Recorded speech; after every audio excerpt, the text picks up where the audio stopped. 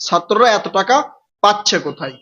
আবার শিবিরের মানে এই জামাতের যে শিবির আর কি, ছাত্র শিবির প্রতিদিন ৩ লক্ষ টাকার ইফতারি বিতরণ করছে, এই টাকাগুলো পাচ্ছে কোথায়?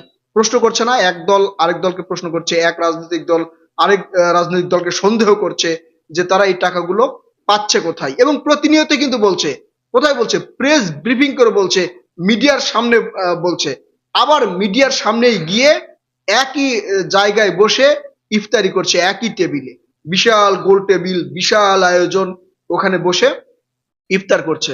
আচ্ছা, এই যে যখন ইফতার করছে তখন কি এই প্রশ্ন করা যায় না যে ভাই, আপনারা তো এই যে এত বড় আয়োজন করেছেন, এই টাকা আপনি পাইছেন কই?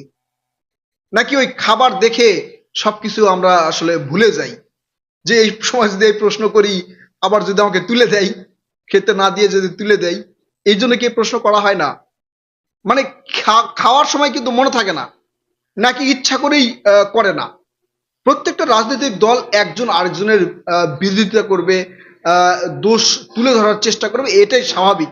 তবে এমন কথা আমি এখনই আপনাকে বললাম যে আপনার এই কার্যক্রমটা খুবই খারাপ, আবার আমি সেই কার্যক্রমে গিয়েই আপনার পাশে বসেই কাজ করতেছি, এটা আসলে কেমন ধরনের সমালোচনা?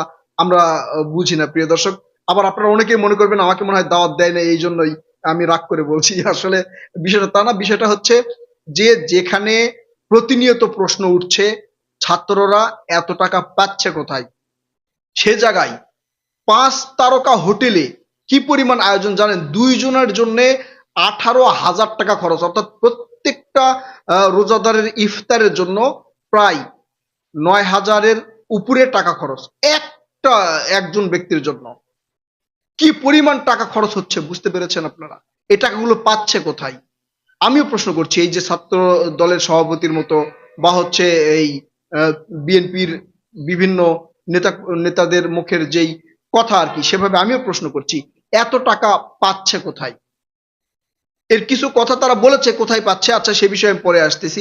এখন কথা হচ্ছে যে আপনি সমালোচনা করলেন, আপনার নেতাকর্মীরা সমালোচনা করছে যে এত টাকা পাচ্ছে কোথায়, আপনি গিয়ে তাদের সাথেই সেই উত্তর সঠিক না ব্যাঠিক সেটা সঠিকভাবে এখনো পাওয়া যায় নাই, সেখানে গিয়ে আপনি ওই এত টাকার ইফতারে আপনিও অংশগ্রহণ করছেন, আপনারা করছেন। তাহলে কি আমরা বুঝে নিব, প্রিয় দর্শক, যে আসলে এই যে রাজনৈতিক দলগুলো তলে তলে এক, এরা সবাই এক হয়ে আছে। এখন আমাদেরকে, আমরা সাধারণ জনগণ, আমাদেরকে বোঝানো হচ্ছে যে আমরা সঠিক কথাগুলো তুলে ধরছি। মানে রাজনীতির বিরোধিতা থাকবে, কিন্তু সাধারণ জনগণ এতে আমরা কি বুঝতেছি? সবাই আপনারা তো এক টেবিলে বসে আছেন, আপনারা এক টেবিলে বসে আছেন,